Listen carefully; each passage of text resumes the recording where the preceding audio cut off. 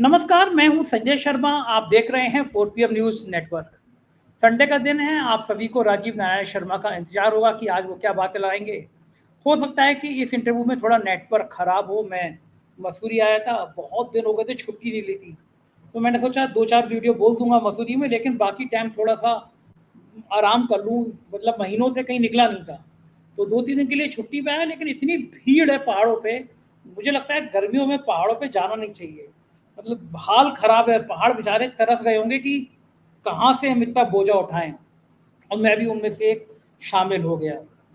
तो यहीं से मैंने प्रोग्राम किया है। थोड़ा सा नेटवर्क में प्रॉब्लम आ रही थी, तो हो सकता है आपको कहीं कहीं सुनने में थोड़ी परेशानी हो जाए। राजीव जी के प्रोग्राम से हर बार पहले मैं कहता हूँ कि आपको ज्योतिष में इंटरेस्ट हो तो ये प्रोग्राम देखिए, ना हो तो मत देखिए। मेरा ज्योतिष में इंटरेस्ट है, इसलिए मैं ये कार्यक्रम करता हूँ। राजीव जी की कुछ भविष्यवाणियाँ बहुत सही हैं। उन्होंने कहा था किसी भी दल को बहुमत नहीं मिलेगा। ये तब की बात है जब सारे एग्जिट पोल 400 450 सीटें कर रहे थे।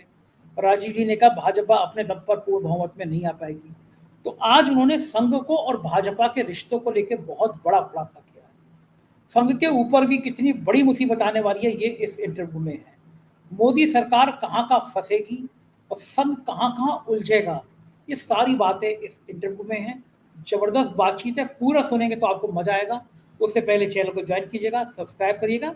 चलते हैं राजीव जी के पास। 4 PM न्यूज नेटवर्क में स्वागत है राजीव नारायण जी आपका। आपकी काफी सारी चीजें सही हो रही हैं, एक आध चीज गलत हुई हुई, लेकिन बाकी चीजें ठीक हो रही हैं। आपने कहा था 5 अप्रैल को कि सहयोगियों के साथ मतभेद होंगे, पार्टी टूट सकती है, सहयोगी इस हद तक आ जाएंगे कि आपस में लड़ाइयाँ हो जाएंगी। अब मैं देख रहा हूँ संघ की तरफ से कुछ बयान आए हैं, बाद में सफाई भी आई है, बयान भी आए हैं। संघ कोई भी बात संघ का प्रचारक ऐसे नहीं कहता, उसके पीछे बड़ी गहराई होती है, बहुत गंभीरता होती है। तो जो इंद्रेश ने कहा कि पार्टी के अंदर अहंकार आ गया, यही बात आप कहते आए थे शुरू से। तो जो आप 5 अप्रैल को हमारे प्रोग्राम में कह रहे थे कि पार्टी बीजेपी की जो जन्म पत्री आप देखकर बता रहे थे कि अपने सहयोगियों के साथ मतभेद विघटन, क्या हम संघ को भी इसी तरह सहयोगी मान सकते हैं? आपका क्या मानना है? क्या जो ग्राफ था, जो ज्योतिष का जन्म पत्री थी, उसमें ये भी आ रहा था?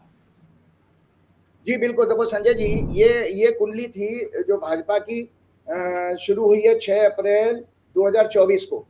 इस कुंडली में ये तीसरा घर होता है वो सहयोगियों का होता है, और ये जो पांचवा घर होता है वो आपका आपके शिष्यों का होता है, और 9वां घर भी जो है आपका आपके गुरु का होता है। मतलब जो आपका संघ के लिए, अगर पिता, संघ कौन है भाजपा के लिए? पिता के समान है।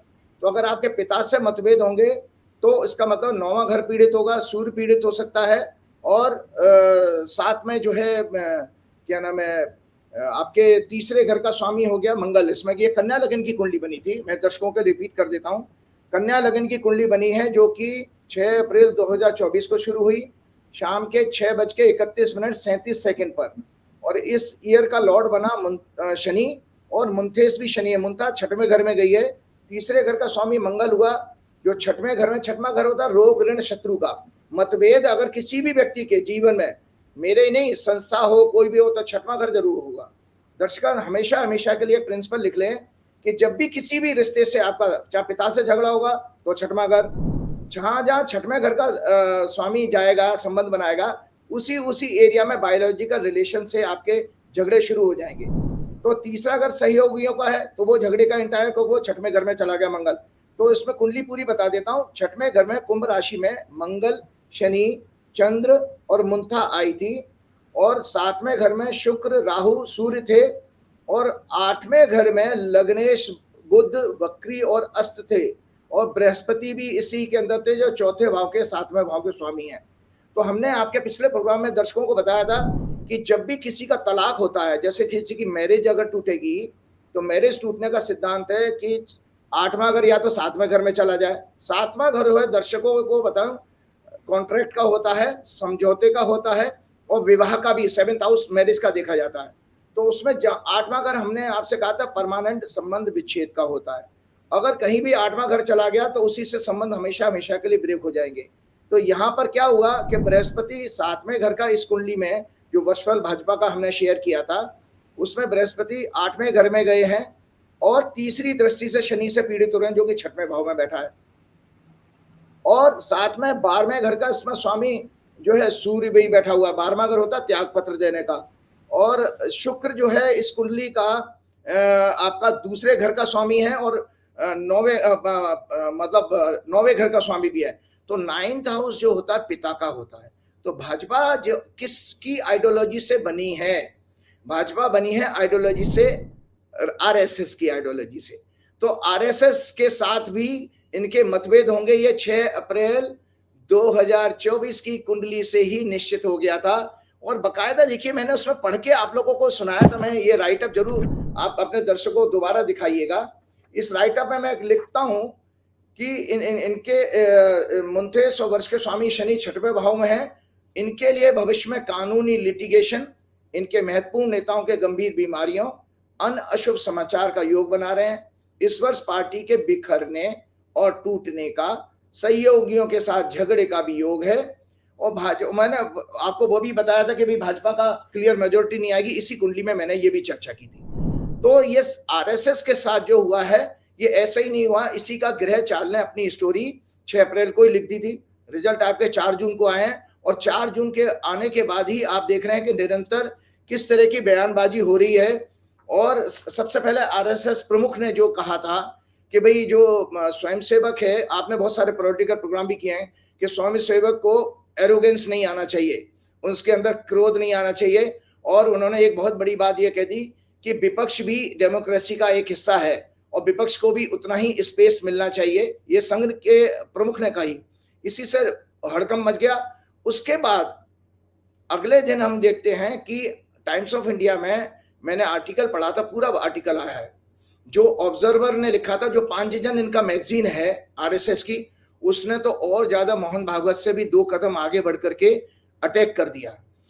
क्या अटैक किया? उन्होंने ये कहा कि भाजपा में जो मूल भाजपा है वो धीरे धीरे समाप्त होती जा रही है। मूल भाजपा मतलब जो 6 अप्रैल 1980 को भाजपा बनी थी, मुरली मनोहर जोशी, लाल कृष्ण अडवाणी, अटल जी और भी कई 2-4 बड़े नेता थे, उन लोगों ने जो नानाजी देशमुख भी थे, उसमें जो भाजपा बनाई थी, वो भाजपा धीरे धीरे समाप्त हो रही है।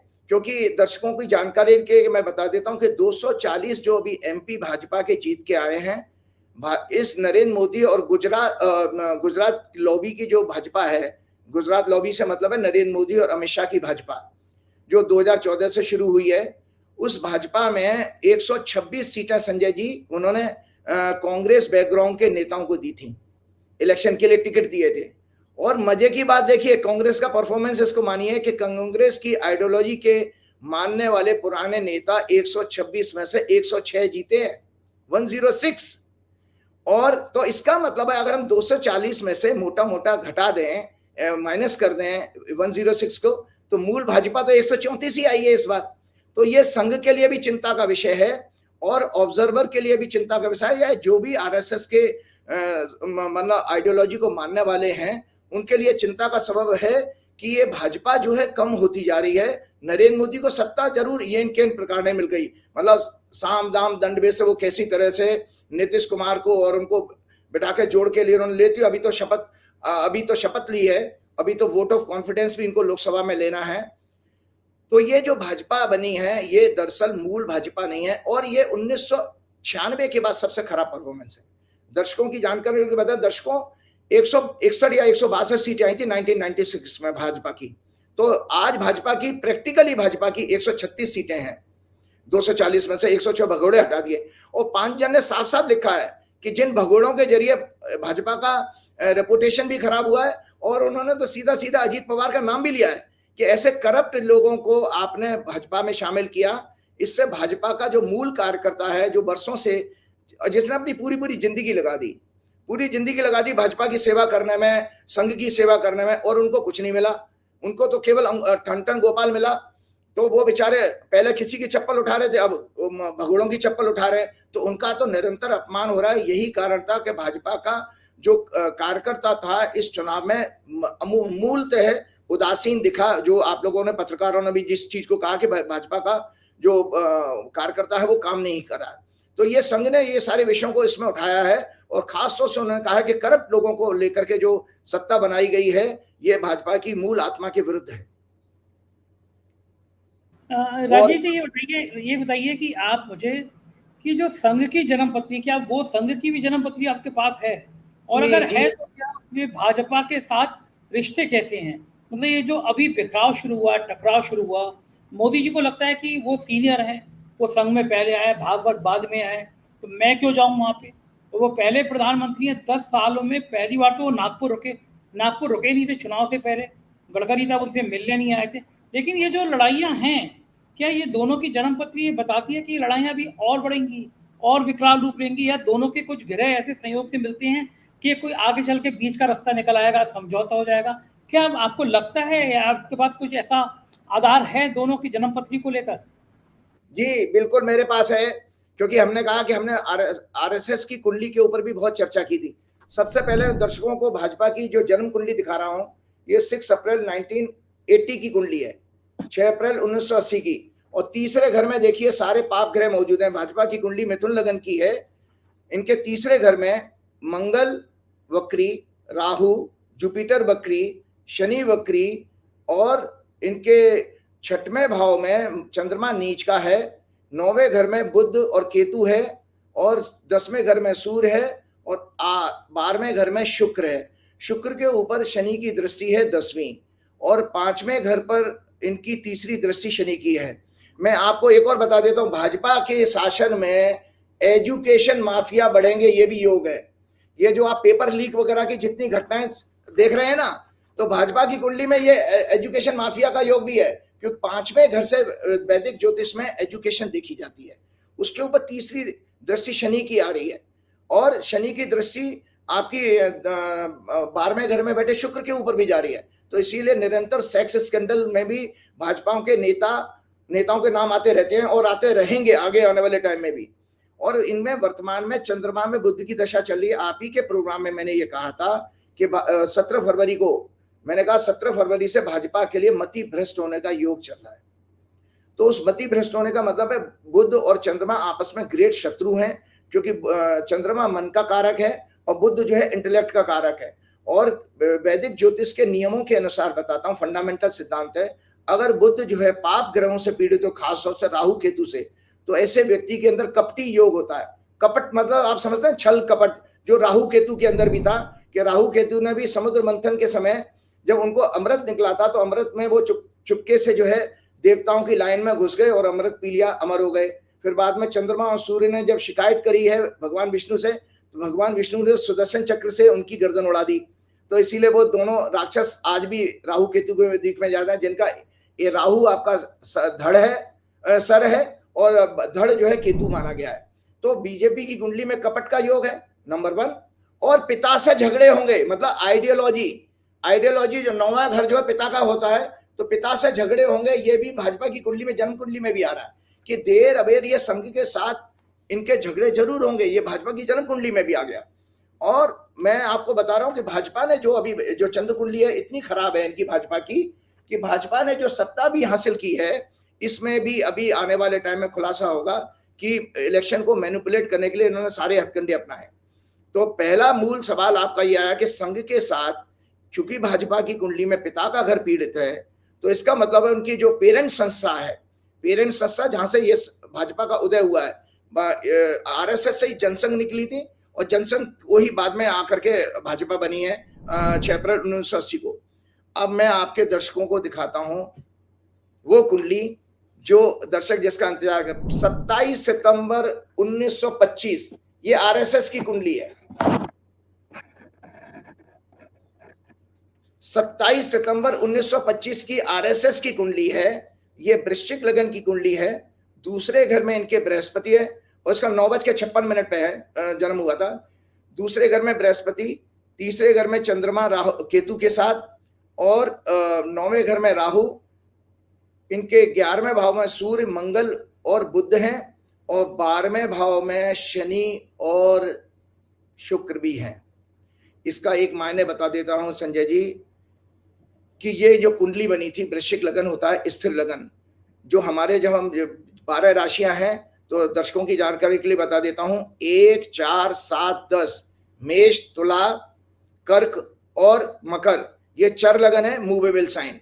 और स्थिर लगन हमेशा किसी चीज में स्टेबिलिटी का फैक्टर अगर देखेंगे तो फिक्स साइन चाहिए होते हैं। फिक्स साइन है 2, 5, 8, 11, मतलब वृषभ राशि, सिंह राशि, वृश्चिक राशि और कुंभ राशि, ये आपकी फिक्स लगन है, मतलब स्थिर राशियां हैं। और आपकी दो संभाव राशि डुअल साइन होते हैं 3, 6, 9, 12। तो चूंकि वृश्चिक लगन लिया गया, और जानकारी के लिए भी बता देता हूं कि आरएसएस की जो स्थापना हुई है वो की थी उन्होंने डॉक्टर बलीराम हेगडेवार जी ने। डॉक्टर बलीराम हेगडेवार जी जो है एक स्वयं बहुत बड़े एस्ट्रोलॉजर थे। दर्शकों की जानकारी के लिए बता देता हूं, एस्ट्रोलॉजर थे, और उनको अक्सर उनके मित्र, एक तो हाइट उनकी अच्छी थी और बहुत स्थूल काय शरीर था, मोटे थे, तो लोग उनको अक्सर हनुमान कहा करते थे। और खाते बहुत थे, बहुत खाने के शौकीन थे। जब भी कहीं अगर कोई बुलाया जाता तो इतना खा जाते थे कि लोग कहते देखो ये आ गया हनुमान, ये अब सब भोजन खत्म कर देगा। ये इसलिए जानकारी बता रहा हूँ, ये पुस्तक मैं दिखाता हूँ। ये पुस्तक हमारे बहुत अच्छी किताब dips into divinity, astrology and history. इसमें पूरा हमारे गुरुजी के.एन. राव जी ने पूरा आरएसएस के ऊपर जो है एक डॉक्टर हेगडेवार जी के ऊपर पूरा एक आर्टिकल लिखा है और एस्ट्रोलॉजिकल एनालिसिस लिखी है, क्योंकि राव साहब नागपुर में पोस्टेड थे और नागपुर में रहते हुए ही उन्होंने आरएसएस की पूरी बायोग्राफी, कोई मिस्टर पालकर हुए हैं, मिस्टर पालकर ने हेगडेवार जी की जो क्या नाम है बायोग्राफी लिखी, उसी से कंटेंट में उन्होंने एस्ट्रोलॉजिकल इसकी पैरामीटर निकाले थे। अब ये जो कुंडली बनी है, ये मंगल इसका स्वामी है, आरएसएस की कुंडली का। और जो मैंने भाजपा की कुंडली आपको दिखाई है उसका स्वामी बुध है। तो याद रखें दर्शक, किसी के साथ मित्रता करनी है, उसका एक मूल सिद्धांत बता देता हूं आपको। जैसे पार्टनरशिप कर रही है या आपके संबंध बहुत अच्छे बनेंगे, जैसा संजय जी आपका कुंभ लगन है, मेरा शुक्र का लगन है, तो शुक्र और शनि आपस में ग्रेट मित्र हैं। तो भाजपा की कुंडली में और आरएसएस की कुंडली में विरोधाभास है, क्योंकि भाजपा का कुंडली का लग्नेश बुध और आरएसएस की कुंडली का लग्नेश मंगल, ये आपस में ग्रेट एनिमी है। अब ये झगड़े कहां पर होंगे, किस बात के होंगे, हम उस विषय पे आगे आएंगे, क्योंकि झगड़े का योग तो अभी शुरू हुआ है और आगे बढ़ता चला जाएगा। ये ऐसी बात नहीं उठी है जो नड्डा ने जो बात कही थी कि संघ की हमको आवश्यकता नहीं है, उसके मूल कारण में दर्शक समझें। वो इसलिए कहा था क्योंकि धीरे धीरे नरेंद्र मोदी और अमित शाह ने भाजपा का कांग्रेसीकरण कर दिया है, तो वो मूल जो है आरएसएस विचारधारा की भाजपा रही ही नहीं। तो इसीलिए अब आप बताइए 240 में से अगर 106 एमपी आपके कांग्रेस बैकग्राउंड के होंगे तो वो काय को संघ की बात मानेंगे? संघ को तो ठेंगा दिखा देंगे मोहन भागवत को कहें भागो यहां से, क्योंकि तुम्हारे को हम पूछते नहीं। और आपको बता देता हूं कि जो संघ का धीरे धीरे वजूद, नरेंद्र मोदी जी जब 2001 में सत्ता में आए थे गुजरात में, वहां पर भी उन्होंने यही काम किया था। विश्व हिंदू परिषद के प्रवीण तोगड़िया जी का इस्तेमाल किया, उनको भी धोखा देकर के बाहर कर दिया, संघ को खत्म किया। सेम केस उन्होंने यहाँ पे किया। जब 2014-15 में आए थे तो उस समय एक इनके संघ के बहुत बड़े प्रचारक हुए हैं जो कोऑर्डिनेटर के रूप में काम करते थे, और उस समय संघ की ताकत बता दूं आपको, ताल कटोरा स्टेडियम में उस कोऑर्डिनेटर ने, जो संगठन मंत्री होता है, जो भाजपा संघ और पार्टी के बीच में समन्वय का काम करता है, तो उन्होंने ताल कटोरा स्टेडियम में एक बकायदा एक ऑफिस खोला था और पीएमओ की सारी मंत्रालय की फाइल उनके पास जाया करती थी। मतलब उनके पास रिकमेंडेशन में ये होता था किसको सेक्रेटरी बनाना है, किसको हटाना है, किसको करना, उसका इतना इंटरफेरेंस बढ़ गया था। बाद में धीरे धीरे नरेंद्र मोदी जी ने उनको साफ किया।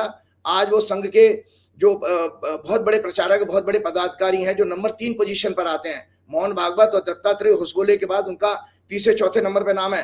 आज वो साइडलाइन हो गए, बिल्कुल जीरो हो गए हैं, क्योंकि नरेंद्र मोदी जी ने उनका सारा इंटरफेरेंस सब खत्म कर दिया। तो नरेंद्र मोदी जी ने धीरे धीरे अपनी पोजीशन ऐसी स्ट्रॉन्ग कर ली कि अब संघ की वहां पर कोई पोजीशन में नहीं। एक रामलाल हुआ करते थे, मैं पर्सनली रामलाल जी के पास बहुत बैठा करता था पार्टी के दफ्तर में, तो वो भी यही काम करते थे कि जितने भी लोगों के देश भर में नौकरियां लगती है ना, जो ट्रांसफर पोस्टिंग, उनकी फाइलें रामलाल जी के पास जाती थी, रामलाल उनको पीएमओ में पहुंचाते थे। और रामलाल जी भी आप जो है पूरा बाहर करके और आज संघ में जुड़ गए हैं। वो भाजपा के और पार्टी के कार्यक्रमों से उनको पूरी तरह बाहर कर दिया गया है। तो ये धीरे धीरे इस तरह से संघ और भाजपा के बीच की दूरी बढ़ती चली जा रही है और आने वाले समय में और भी बढ़ेगी।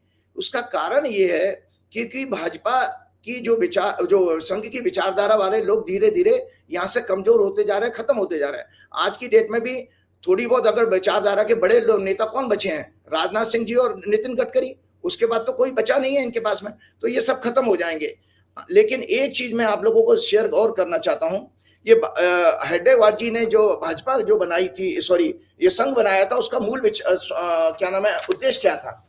ये एक किताब मैं आपको दिखाता हूं। इनका देखो मूल उद्देश्य ये था, हाँ, उन्होंने ये जो संघ की स्थापना की थी, वो लिखते हैं कि those who want to save their religion must have the collective strength to do it. It was the basic idea to form the RSS. उन्होंने डॉक्टर हेडगेवार जी ने उस दौरान हिंदुओं को मोबिलाइज और इकट्ठा करने के लिए संघ की स्थापना की थी। और ये बकायदा 27 सितंबर 1925 को, मैं बहुत बड़े आरएसएस के प्रचारक जिनके पिताजी हेडगेवार जी के साथ काम किए हैं उन्होंने नागपुर में, उन्होंने मुझे सारी जानकारी दी है। उन्होंने बताया 27 सितंबर 1925 को लगभग सुबह के 10 बजे के आसपास मीटिंग होती है हेडगेवार जी के घर में फर्स्ट फ्लोर पर, और 17 लोग उस मीटिंग में थे। और उन्होंने कहा कि हम संघ की स्थापना करेंगे, और संघ का मूल जो उद्देश्य होगा वो केवल धर्म की रक्षा करना और धर्म के प्रचार प्रसार, लोग घर घर में हिंदू धर्म की या हिंदू वैदिक रीत की जो है मान्यताएं बढ़ें, इस पर हम काम करेंगे। उसमें उन्होंने ये कहा था कि हमारा कोई राजनीतिक महत्वाकांक्षा नहीं होनी चाहिए, और हम कोई उसकी वर्षगांठ या हमारी उसकी सिल्वर जुबली या गोल्डन जुबली, प्लेटिनम जुबली नहीं मनाएंगे। ये संघ के हेड और संस्थापक हेडगेवार जी के विचार थे। बाद में कालांतर में धीरे धीरे संघ में जो आपके होते हैं, क्या इनका जो टॉप लीडर जो होता है ना, जैसे मोहन भागवत जी हैं, संघ कारवाह कहते हैं, क्या कहते हैं उनको, तो वो संघ प्रमुख जो होते हैं, संघ प्रमुख जो है बीच में बाद में डिरेल्ड हुए हैं संजय जी। वो डिरेल्ड कहां पर हुए हैं कि जो एक के सुदर्शन होते थे, शेषाद्री होते थे, इन लोगों ने पुरी के शंकराचार्य जी के साथ मीटिंग में एक बात कही थी, कई वर्ष पुरानी बात है, ये बड़ी गोपनीय बातें आज दर्शकों के सामने शेयर कर रहा हूं। तो पुरी के शंकराचार्य जी ने ये पूछा था उनसे कि तुम लोग राम मंदिर बनाना चाहते हो या राजनीति चाहते हो?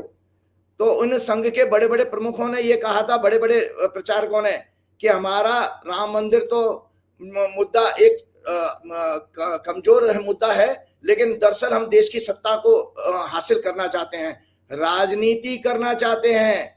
ये संघ प्रमुख ने उस समय आपके पुरी शंकराचार्य जी को स्टेटमेंट दिया था। तो मैं अब आने वाले टाइम में ये बता रहा हूं कि क्या होने वाला है। आपके आने वाले टाइम में यह है कि संघ के लिए भी खतरनाक समय आ गया है, कि संघ की जो महत्वाकांक्षा, मैंने आप देखिए दर्शकों को लिखा है कि ये लिखा है काम भोग सेक्स स्कैंडल, संघ की शुक्र की महादशा शुरू हो गई है। ये संघ के प्रचारकों के लिए खतरनाक टाइम है। शुक्र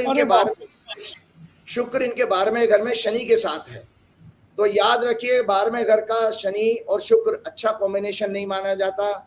ये भोग विलासता का, काम का, डिजायर का और नाना प्रकार की सांसारिक भोगों की इच्छाओं का घर है इसमें, और ये अपमान का भी घर है। मैं आपको बता देता हूँ, इसमें लिखा है moon and Ketu are together in the nakshatra of 10th lord sun, planets of ruler politics, planets of religion, Jupiter in the nakshatra of planet of desire, kaam, lobh, Venus indicates आस्था की आड़ में संसारिक भोग की कामना। ये आरएसएस की कुंडली बता रहा हूं कि आरएसएस की कुंडली में है आस्था की आड़ में भोग विलासता, सांसारिक भोगों की कामना। शनि वीनस की दशा 14 सितंबर 1986 से शुरू हुई, जहां से आरएसएस की सत्ता की कामना पैदा हुई है। याद करिए 1986 से। उसके बाद उन्होंने राम मंदिर का मुद्दा 89 में पकड़ा है, क्योंकि जब शनि, उस समय शनि की शुक्र की दशा चल रही थी, तो दर्शक इससे सिद्ध हो गया कि आपके अंदर भोग की बात थी, तो राम मंदिर का आंदोलन खड़ा किया गया विश्व हिंदू परिषद को आगे करके। इसके बाद लगातार दशाएं महत्वाकांक्षा की बढ़ रही हैं। 1998 से 2015 में बुध की दशा आई, जो लाभ स्थान में बैठा है। 2015 से 2022 तक केतु की दशा। अब नवंबर 2022 से 2042 तक आरएसएस की कुंडली में शुक्र की महादशा शुरू हो गई, जो 12वें घर का स्वामी भी है और शनि के साथ बैठा है उच्च का। तो शनि और शनि और शुक्र का कॉम्बिनेशन मैं बता देता हूं, ये बेसिकली सेक्स का कॉम्बिनेशन है, मल्टीपल सेक्स का या डिजायर का या भोग का, केवल स्त्री का ही बात नहीं है। इसीलिए आज संघ के बड़े बड़े प्रचारक ये कहते हैं कि जो संघ के दफ्तर खुले हैं पूरे देश भर में, वो 5 स्टार होटल जैसे बने हैं। तो ये, जबकि वो हमारे को जो प्रचारक महोदय नागपुर वाले बता रहे थे कि हेगडेवार जी की कभी इच्छा नहीं थी। हेगडेवार जी ने संघ को केवल और केवल एक सांस्कृतिक एंड सामाजिक कल्याण की संस्था के रूप में विजुलाइज किया था। आज ये संस्था सत्ता की भोगी बन गई है। तो अब इनके बीच में, बीजेपी और संघ के बीच में ये टकराव इसलिए बढ़ेगा क्योंकि बेसिकली सत्ता के ऊपर कंट्रोल करने की फीलिंग आ जाएगी। संघ चाहेगा कि भाजपा के लोग, भाजपा हमारी बातों को माने, और भाजपा चाहेगी जो इस वर्तमान भाजपा है कि संघ किसी तरह से यहाँ से दूर रहे और हमारे मामलों में इंटरफियर ना करे। तो ये जब इस तरह की चीजें होने वाली हैं आने वाले टाइम में। एक बात बताइए मुझे राजीव जी, आपने कहा कि राम मंदिर का जिक्र छेड़ा, तो मैं आपसे ये पूछना चाहूंगा, आपने मेरे शो में एक बार कहा था, तो राम मंदिर का उद्घाटन होने जा रहा था, तो आपने कहा था मंदिर के ऊपर जब तक पताका ना फैल जाए, मंदिर कंप्लीट नहीं हो जाए, तब तक भगवान की मूर्ति रखी नहीं जा सकती।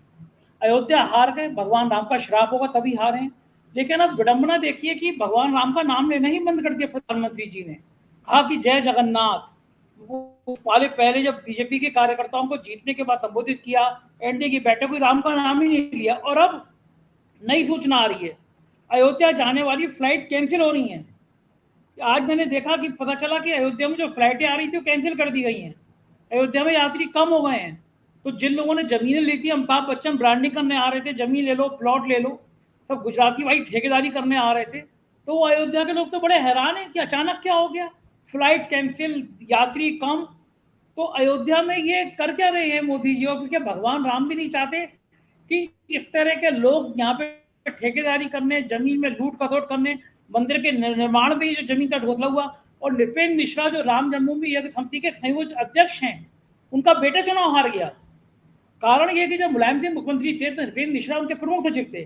कार सेवकों पर गोली चलवाने में उनका नाम आता है, उनको राम मंदिर का अध्यक्ष बना दिया गया।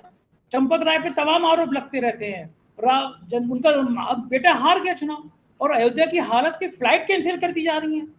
ये हो क्या रहा है अयोध्या में, क्यों हो रहा है? देखिए, एक तो पहले दर्शकों को जानकारी के लिए बता देता हूं, मेरी सफल भविष्यवाणी होने के बाद पहली बात तो मैं अपने हनुमान जी को साक्षात प्रणाम करता हूं, साक्षात दंडवत करता हूं। मैं हनुमान जी के 2 प्रसिद्ध तीर्थों के अगले हफ्ते में, आने वाले हफ्ते में दर्शन करने जा रहा हूं। मैं वाराणसी के संकट मोचन हनुमान जी के मंदिर में भी दर्शन करने जाऊंगा, और उसके बाद मेरा लखनऊ आने का प्रोग्राम है। वहां से मैं अयोध्या में हनुमानगढ़ी के दर्शन करने जाऊंगा।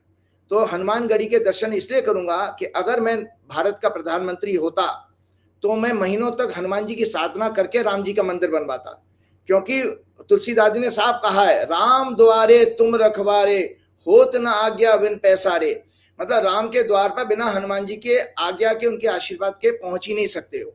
तो जब ये मंदिर बनाता, और आपको बता नहीं, मैंने डिटेल में उसकी पूरी थ्योरी समझाई थी, क्योंकि मैंने एक पूरा मंदिर राम जी का, हनुमान जी का, सीता जी का पूरा मंदिर पूना में बनवाया था, जिसकी सेवा में मैं रहा। मैं प्रमुख आचार्य था, और बाकायदा वास्तु से, मैंने वास्तु के हिसाब से उसके 3 दिन तक अनुष्ठान हुआ था। और संजय जी, दर्शकों की जानकारी लेके बता देता हूँ, 50,000 मंत्रों का रोज जाप होता था, 50,000 मंत्रों का रोज डेली।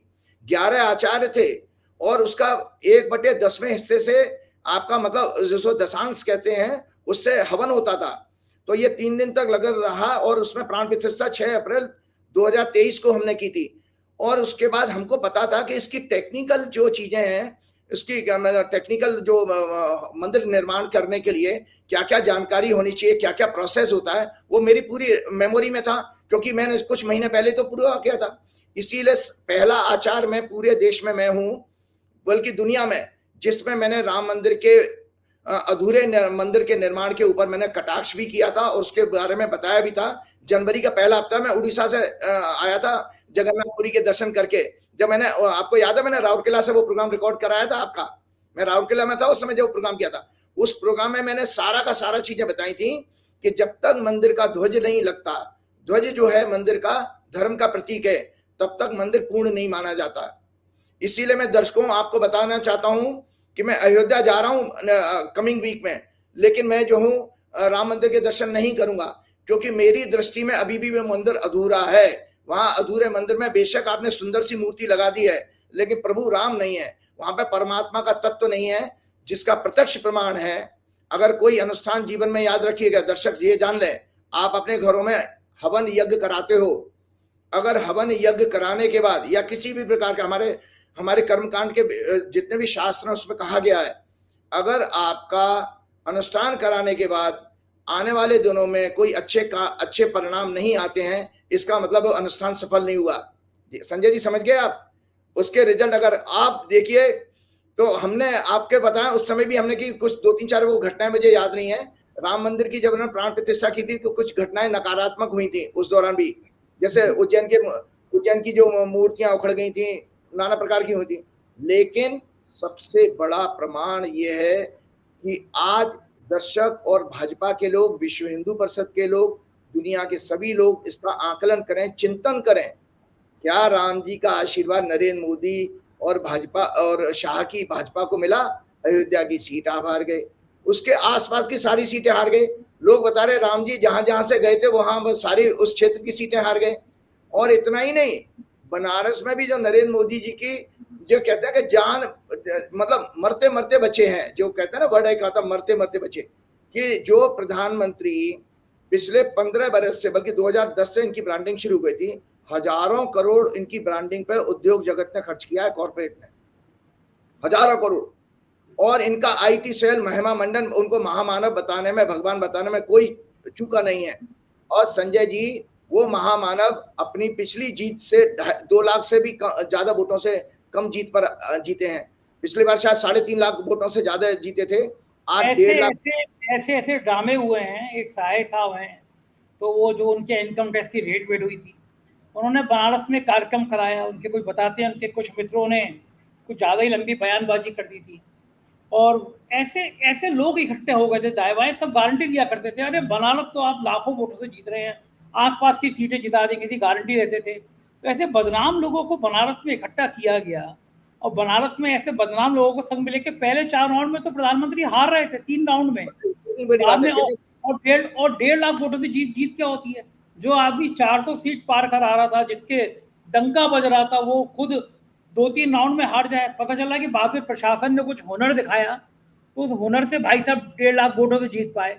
तो इसका मतलब ये है कि अयोध्या के आसपास की सब सीट हार जाओ, बनारस के आसपास की सब सीट हार जाओ, आप सही कह रहे हैं। और फिर दूसरा, हार गए, चलो हार की चलती रहती है, अयोध्या के लोगों को भक्त गाली दे रहे हैं, अयोध्या के लोगों को गाली दे रहे हैं, ये भक्तगढ़ जोड़े हैं मोदी जी के, कि अयोध्या तुमने पाप कर दिया। भाई भगवान राम की नगरी में वही रहेगा जिसको राम बहुत प्यार करते हैं, गाली क्या देना उन लोगों को। फ्लाइटें कैंसिल हो जा रही हैं, बताइए आप क्या अयोध्या का क्या हाल करना चाह रहे हैं ये? अब अगर हार गए तो अयोध्या का हाल बेहाल कर देंगे राजीव जी।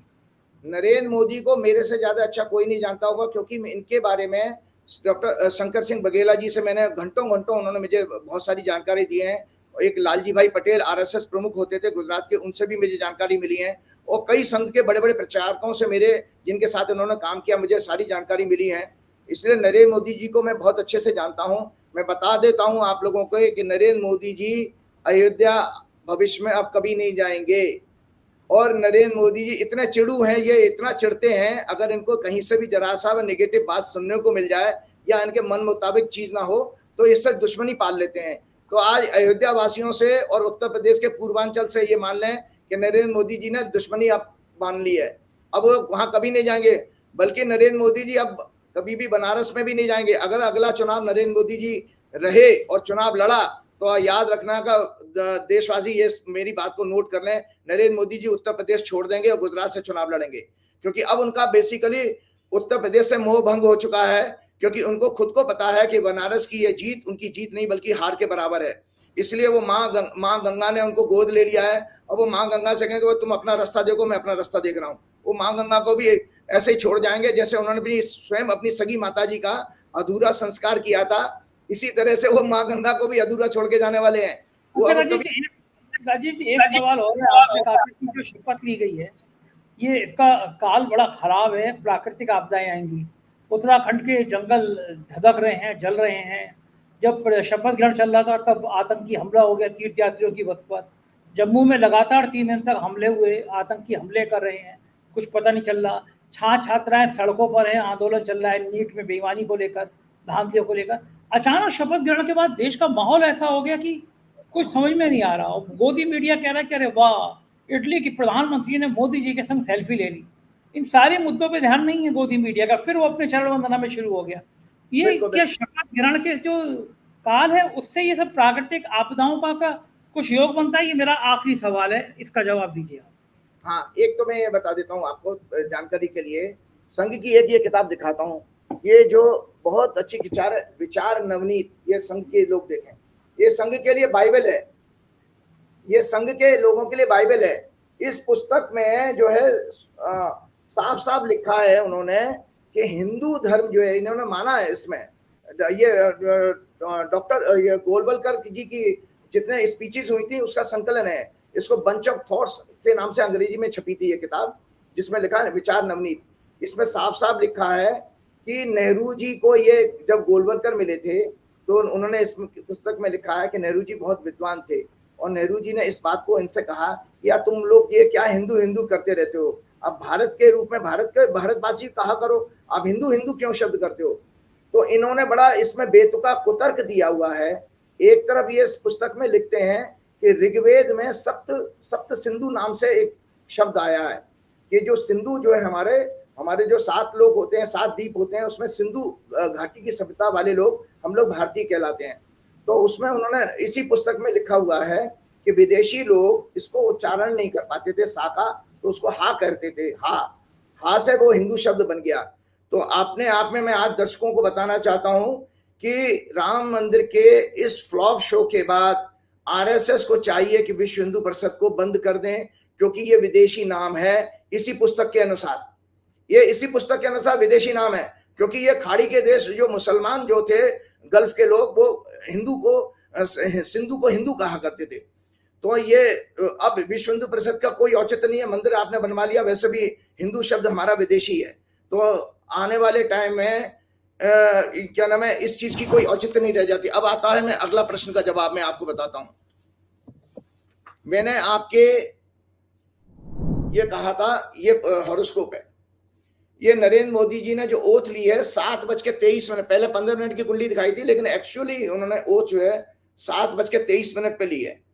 तो ये कुंडली जो बनी है इसमें वृश्चिक लगन की कुंडली बनी, जैसे वो मैंने आपकी संगी बताई थी। और इस कुंडली में 6वें 12वें और 8वें घर के स्वामी के दृष्टि आ रही है, लगन पर दृष्टि आ रही है।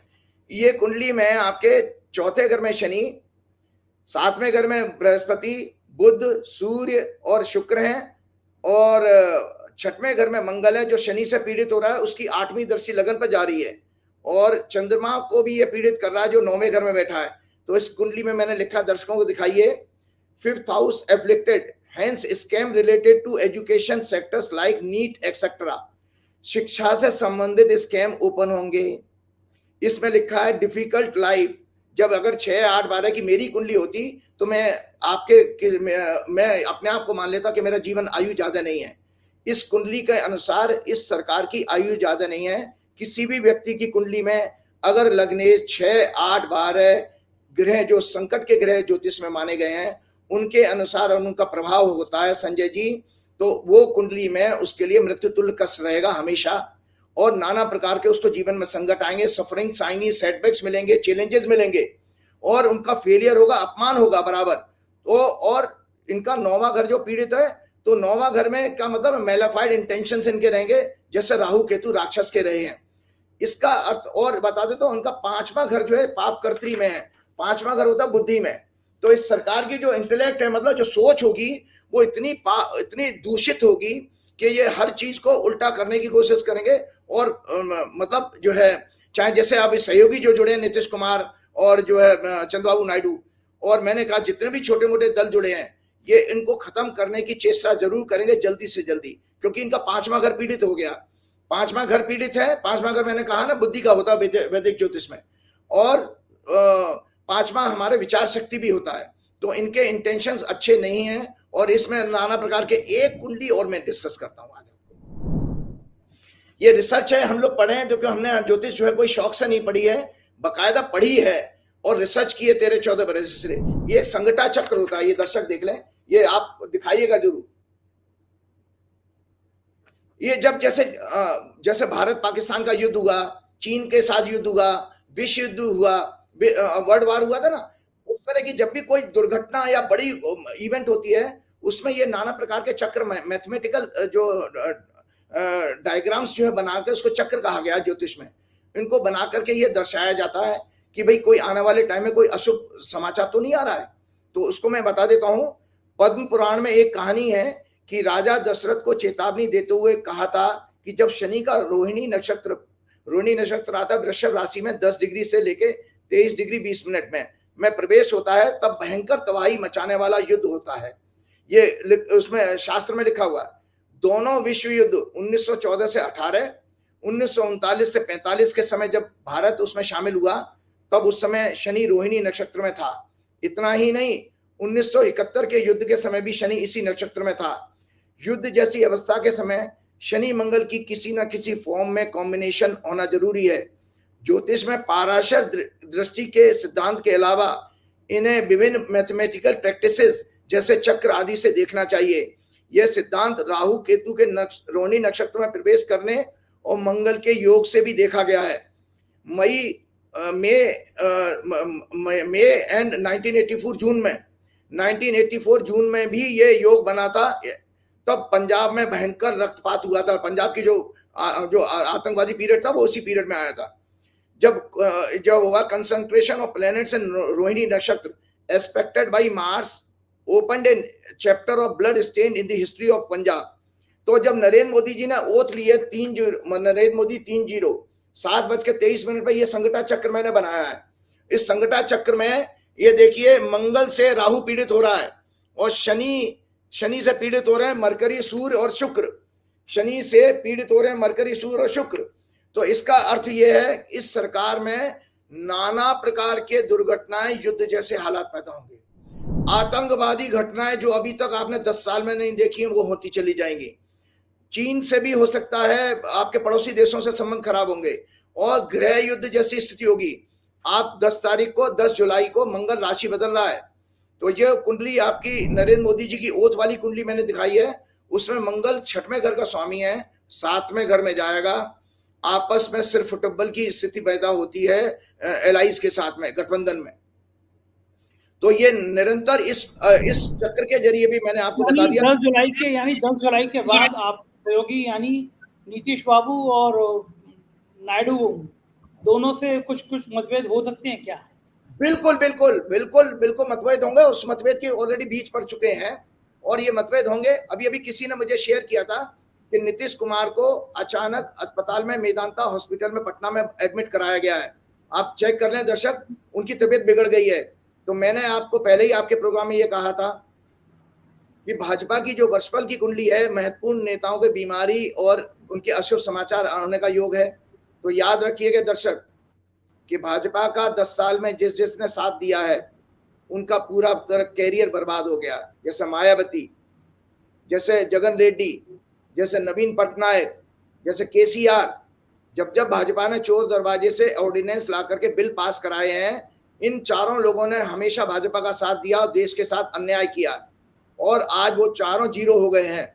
इसी तरह नीतीश कुमार और चंद्रबाबू नायडू भी समझ लें कि इसी तरह भाजपा की गृह दशा इतनी खराब चल रही है कि जो उसके साथ जुड़ेगा उसकी बर्बादी शुरू हो जाएगी, क्योंकि काल उसको दंड जरूर देगा। बिल्कुल ठीक है। अंत में राजीव जी, आज आपसे ज्यादा समय ले लिया, अब आपके हनुमान जी की चौपाई सुनने का समय आ गया है। हाँ, मैं एक जल्दी से एक बात खत्म करता हूँ। दरअसल मैं बोलना तो चाहता था कि भाई देखिए, 21 जून को योग दिवस है। 21 जून को योग दिवस है और योग दिवस क्यों उन्होंने ये तारीख दी गई थी, क्योंकि 21 जून 1940 को डॉक्टर बलीराम हेडगेवार जी ने उनकी मृत्यु हुई थी। तो इसीलिए भाजपा की जब सरकार आई तो 21 जून को योग दिवस के रूप में मनाती है। लेकिन योग के रूप में मैं आपको बता देता हूं कि योग का अर्थ यहाँ पर आसन नहीं है। आसन को कहते हैं पोस्चरिंग, मतलब पोस्चर बनाना। आपकी गर्दन अगर टेढ़ी रहती है तो आप जो है कुछ इस तरह के आसन करिए, गर्दन सीधी रहे। आपकी बैक एक रहती है, आपका बैठना उठने का पोस्चर गलत है, तो हम पोस्चरिंग ठीक करते हैं। तो लेकिन योग का अर्थ यहाँ पर मेडिटेशन से ही है, क्योंकि योग का योग चित्त वृत्ति निरोध है। पतंजलि कहते हैं, ये पतंजलि की जो पुस्तक है अपनी क्या नाम है, हाँ, ये पतंजलि योग सूत्र है, ये बहुत अच्छी पुस्तक है। इसमें सारे योग की व्याख्या दी हुई है सारे संस्कृत में। तो इस पुस्तक में सेकंड श्लोक में कहा गया है योग चित्त वृत्ति निरोध है, मतलब योग जो है बेसिकली मेंटल थॉट्स वेव्स को कंट्रोल करना ही योग है, और उसी से आप ईश्वर की, योग का अर्थ है मतलब परमात्मा से जुड़ना। परम आत्मा, आत्मा हमारी अंदर है, आपके अंदर है, और परम आत्मा वो सुप्रीम है, उसके साथ जुड़ना ही योग है। तो कृपया करके, और उसको देखिए 4 प्रकार के योग माने गए हैं, भक्ति योग, लय योग, मंत्र योग और राजयोग। ये जो आसन वाला है ये राजयोग में आता है। तो सबसे सुंदर, सबसे आसान, बिना पैसे के भक्ति योग है। इसीलिए मैं लोगों से बार बार कहता हूं कि हनुमान जी के शरण में रहिए। और मेडिटेशन करने के लिए सबसे पहले मैंने आपको बताया कि जो संजय जी, आत्मा जो होती है ना, मैं जल्दी से खत्म कर रहा हूं, आपका समय मैं समझ सकता हूं। आत्मा किस रूप में व्यक्त की जा सकती है? आत्मा को आप देख सकते हो क्या? भगवान कृष्ण ने कहा इसको कोई जला नहीं सकता, मार नहीं सकता, देख नहीं सकता। आत्मा प्राण के रूप में व्यक्त होती है। आपको पता है आत्मा का जो आप एक्सप्रेस फील कैसे कर सकते हो? प्राण के रूप में। इसीलिए जब आपके प्राण चले जाते हैं तो आपका कहा गया आत्मा चली गई। तो इसीलिए मैंने जो दर्शकों जो आपको कहा है, आपको एक बहुत सुंदर आज आपको ये उपनिषद दिखा रहा हूं। ये मांडूक्य उपनिषद है संजय जी, मांडूक्य उपनिषद। ये इसमें केवल 12 मंत्र हैं, ये सबसे छोटा उपनिषद है, और इसमें ओम की व्याख्या है। जो ओम आप बोलते हो ना अपने डे टू डे लाइफ में, इसमें पूरा ओम की व्याख्या है। तो ओम को मैं बता देता हूं, आ छोटा प्लस ओ प्लस मां में आधा हलंत, इससे 3 शब्दों से मिलकर ओम बना है। तो मैं दर्शकों को आपकी हेल्थ के लिए बता देता हूं, 21 जून से पहले आप इसको प्रैक्टिस में लाइए। संकल्प ले लीजिए कि पूरा प्राण लेंगे पेट से, सुबह उठ करके पूरा प्राण, जिसको एब्डोमिनल ब्रीदिंग कहते हैं। अगर जिनकी प्रैक्टिस अच्छी नहीं है, बहुत संजय जी एक जानकारी और बता देता हूं आपको मैं, जिनकी प्रैक्टिस अच्छी नहीं है संजय जी, जिनकी प्रैक्टिस अच्छी नहीं है, वो पहले अपने पेट पे हाथ लगा लें और एक हाथ ध्यान मुद्रा में रखें और डीप ब्रीदिंग करें पेट से। तो हाथ आपको महसूस होगा हाथ आगे पीछे जा रहा है। तो जब आप सांस छोड़ेंगे तो पेट पीछे जाएगा, सांस लेंगे तो आगे जाएगा। 25 काउंट करेंगे। पहले महीने, दर्शक सुन लें, पहले महीने पहले अपने प्राण को बैलेंस करेंगे 1 महीने तक। दूसरे महीने भगवान कृष्ण ने गीता में कहा है, भगवान कृष्ण ने गीता में ये कहा है कि अर्जुन जो है, इसमें गीता में 6वें अध्याय में पूरा व्याख्या की है मेडिटेशन की भगवान कृष्ण ने। भगवान कृष्ण कहते हैं अपनी नाक की टिप पर, माना नाक के आगे वाले पॉइंट पर अपना माइंड का कंसंट्रेशन ले आइए। 2nd मंथ में जब आप इनहेल और एक्सहेल करेंगे, 3rd मंथ में, तीसरे महीने में आप जब एक्सहेल करें तो आप ओम बोलिए, जैसे मैं बोलता हूं। मैंने ब्रेथ पूरा श्वास लिया,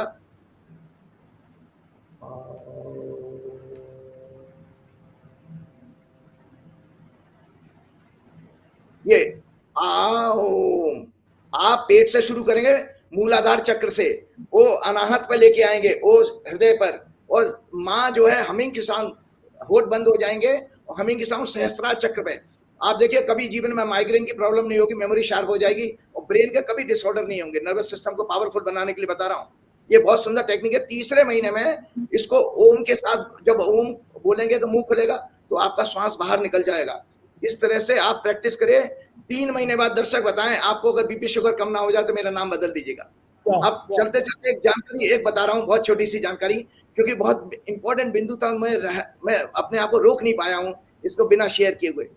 जब मैं शिकोहाबाद अभी गया था अपने जन्म स्थान, मैंने आपके प्रोग्राम में कहा भी था कि दर्शकों मैं शिकोहाबाद जा रहा हूँ। शनिदेव का जन्म जो है 6 जून को था जन्मोत्सव।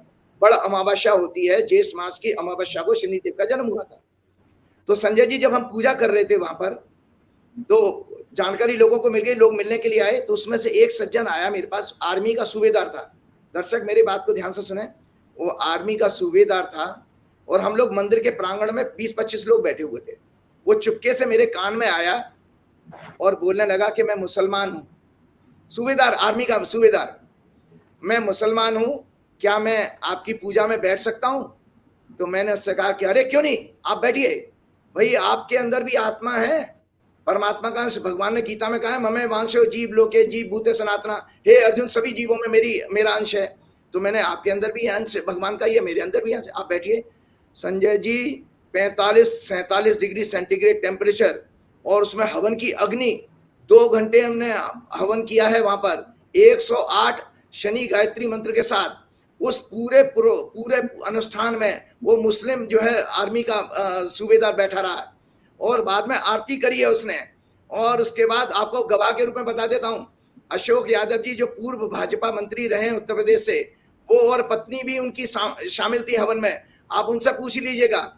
हवन खत्म होने के बाद में सब लोगों को मैंने कहा कि देखिए, ये जन्म से मुस्लिम घर में पैदा हुए हैं, इन्होंने मेरे से प्रार्थना की थी कि क्या मैं, वो मुझसे मिलने के लिए आए थे एक्चुअली, तो वो कह रहे कि मैं इसमें पूजा में बैठना चाहता हूं। तो मैंने कहा बैठिए, और पूरा अनुष्ठान उस व्यक्ति ने अटेंड किया।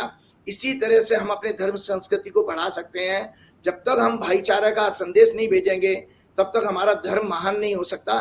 धर्म महान ये इसलिए नहीं होता, ऐसे नहीं होता कि तू क्या खा रहा है, तू क्या पहन रहा है, इस पर हम पॉइंट आउट करते रहे, इससे नहीं, इससे धर्म छोटा होता है। क्यों? इसलिए क्योंकि ये आरएसएस की एक पुस्तक बताता हूं। आरएसएस दरअसल जो है, आरएसएस की बैकग्राउंड में एक कमी है कि इन्होंने, जैसे आप अपने बच्चे को पालिए ना, और उसको पालने के समय से ही आप उसके कान में रोज बोलिए कि तेरी बुआ खराब है, तेरे चाचा खराब है, तेरे ताऊ जी खराब है, तेरी नानी खराब है, दादा खराब है, तो आप बच्चे को जहर दे दे करके पाल रहे हो, सपोले बना रहे हो, विषैले। तो आरएसएस की भी एक विचारधारा गलत थी कि उन्होंने मुस्लिम जो जितने भी मुगल पीरियड के जितने भी संघर्षों को बता करके इस तरह का माइंडसेट बना दिया कि स्वस्थ माइंड के जो है इनके स्वयंसेवक तैयार नहीं हो पा रहे हैं। ये गलत है। अब चलने दीजिए आगे, काल सबको दंड देगा। ना से रोग हरे सब पीरा, जपत निरंतर हनुमत पीरा, संकट ते हनुमान छुड़ावे, मन क्रम वचन ध्यान जो लावे, कृपा करहूं गुरुदेव की नाम। बहुत बहुत शुक्रिया राजीव जी, आपका, आपने समय दिया। तो ये थे राजीव नारायण शर्मा। आपने पूरी बातचीत सुनी, आपको समझ में आया होगा कि क्या ज्योतिष ज्ञान है राजीव का। जबरदस्त तरीके से बात करते हैं राजीव जी। मुझे बताइएगा ये बातचीत आपको कैसे लगी। चैनल को ज्वाइन कीजिएगा, सब्सक्राइब करिएगा। शुक्रिया, थैंक यू।